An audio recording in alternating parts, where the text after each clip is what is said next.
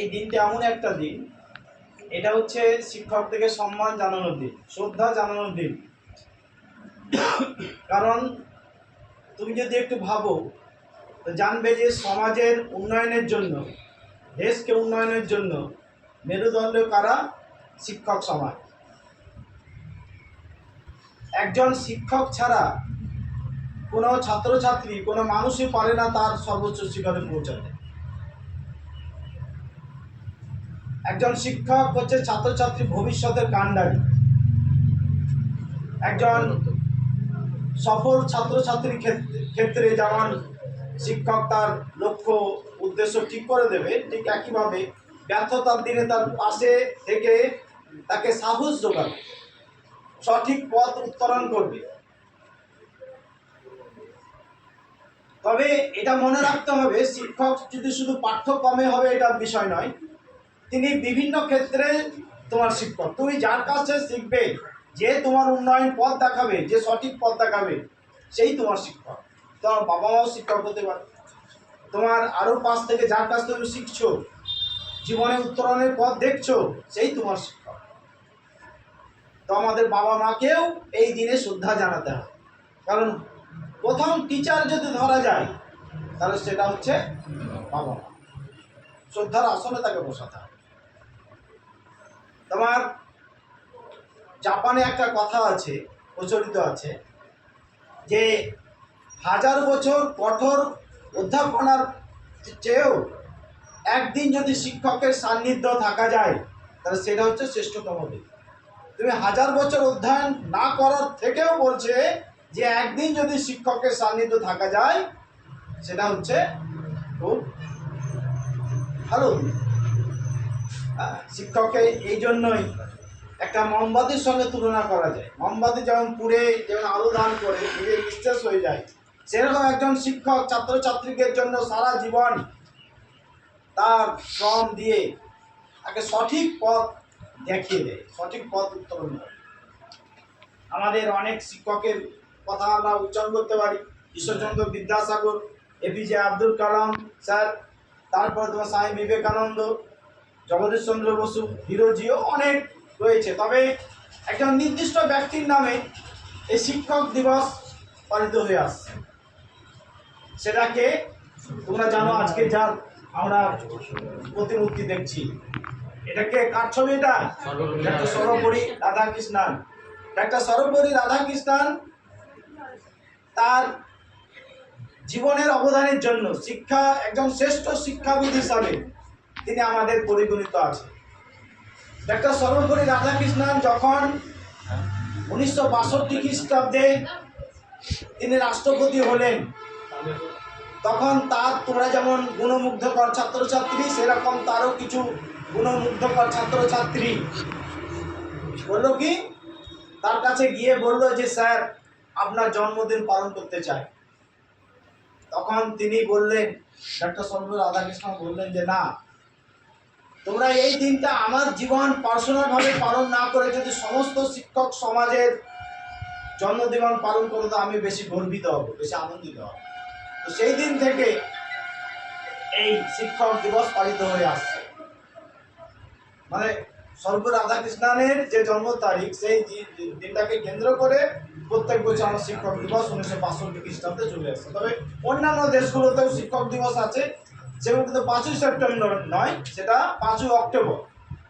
কিন্তু আমাদের দেশে 5ই সেপ্টেম্বর হিসাবেই শিক্ষক দিবস পালন হয়ে আসছে। এই শিক্ষার ক্ষেত্রে তার অবদান শেষ নেই। এই ব্যক্তিটার যে শিক্ষার ক্ষেত্রে অবদান দেখছে, আজকে তোমরা যে উচ্চশিক্ষা গ্রহণ করছো, এনার দ্বারাতেই সম্ভব হয়েছে। অথচ তোমরা শুনলে অবাক যাবে, যে ব্যক্তিটা শিক্ষার অবদান রয়ে গেছে, অথচ শিক্ষার ক্ষেত্রে বিমুখতা, বাধার সৃষ্টি কে করেছিল? তার প্রথম জীবনে তার নিজের পিতাই, বিরুষা স্বামী তার নিজের বাবা করেছিল। পিতা যখন তিনি প্রথম পড়াশোনা করতেন তামিলনাড়ুর একটি গ্রামে, তখন তার বাবা চাইনি যে আমার ছেলে পড়াশোনা করে কিছু মানুষ হোক। তিনি চেয়েছিলেন যে আমার ছেলে পুরোহিত হোক। তো তিনি পড়াশোনাতে বাধা দিয়েছিলেন, কিন্তু কোনো বাধাকেই তিনি মানেননি। তিনি বললেন কি, বাবাকে অবাক করে তিনি একটা সাফল্যের চূড়ায় পৌঁছে গেলেন। কোনো পরীক্ষাতে তিনি প্রথম ছাড়া দ্বিতীয় হন। জন্মগ্রহণ করেছিলেন তামিলনাড়ুর একটি গ্রামে 1888 খ্রিস্টাব্দ 5ই সেপ্টেম্বর। তারপর তিনি 1918 খ্রিস্টাব্দে প্রথম তার কর্মজীবন শুরু করেন মহীশূর রাজ্যে। তিনি প্রথম অধ্যাপনা কলেজে অধ্যাপনা কাজ শুরু করেছেন। তারপর আরও বিভিন্ন বিশ্ববিদ্যালয়, যেমন 1921 খ্রিস্টাব্দে কলকাতা বিশ্ববিদ্যালয়ে অধ্যাপনা করেছেন, বেনারস বিশ্ববিদ্যালয়তে অধ্যাপনা করেছেন। সবই তিনি অবদান রেখে গেছেন। একটা চমকপ্রদ ঘটনা শুনে তুমি অবাক যাবে যে যখন তিনি মহীশূর বিশ্ববিদ্যালয় থেকে ফেয়ারওয়ের দিন তাকে যখন বিদায় জানানো হয়, তখন তোমাদের মতো গুণধর ছাত্রছাত্রীরা করেছিল কি, তাকে স্টেশন পৌঁছে দিয়েছিল একটা ট্রেনের মধ্য দিয়ে। একটা ট্রেনকে পুষ্প সজ্জিত একটা ট্রেন, তাকে বসিয়ে ট্রেনে তাকে স্টেশন পর্যন্ত পৌঁছে দিয়েছিল। কিন্তু সেই ট্রেনটা কোনো যান্ত্রিক উপায়ে চালিত হয়নি। ছাত্রছাত্রীরা ট্রেনে নিয়ে গিয়ে ওই স্টেশন পর্যন্ত ট্রেনে নিয়ে গেছিল ট্রেনটা। আজকে যে উচ্চশিক্ষা আমরা গ্রহণ করছি, যে তোমার স্বাধীনতার পর 1948 খ্রিস্টাব্দে তিনি শিক্ষা নামে একটা কমিশন তৈরি করেছিল। তার নাম অনুসারেই ওই রাধা তোমার সর্বোপরি রাধাকৃষ্ণন কমিশন তৈরি হয়েছিল।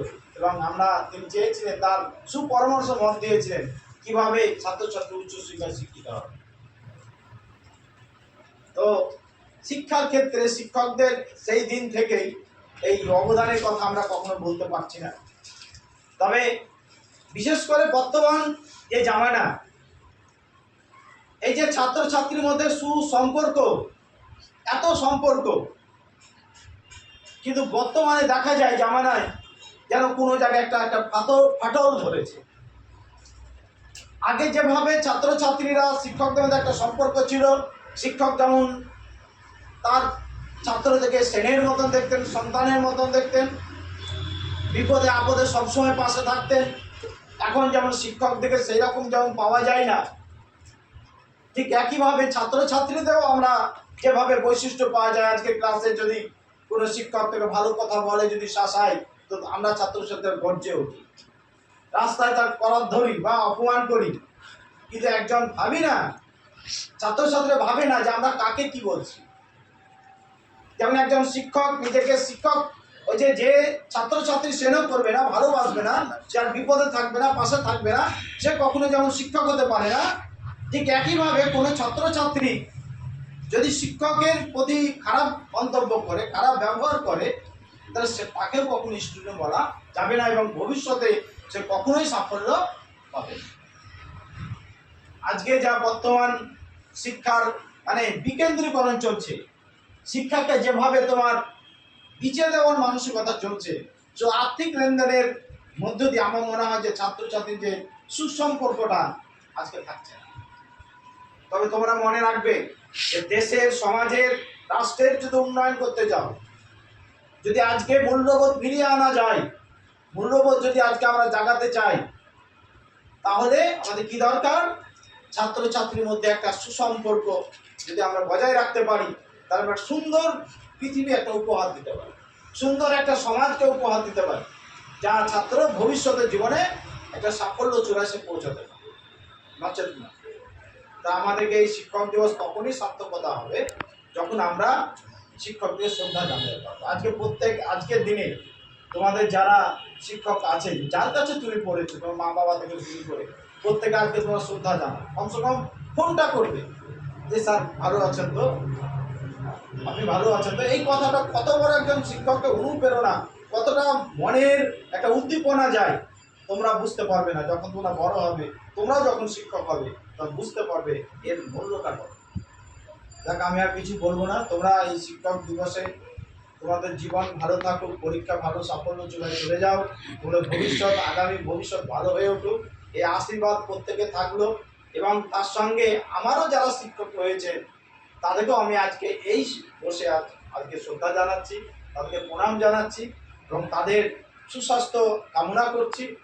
এবং যারা ওপারে চলে গেছেন তাদেরকেও আমি, তারা যাতে তাদের ভবিষ্যৎ তারা জান্নাত বা তারা স্বর্গ লাভ করুক, এটাও কামনা করছি। এই বলে আমার সংক্ষিপ্ত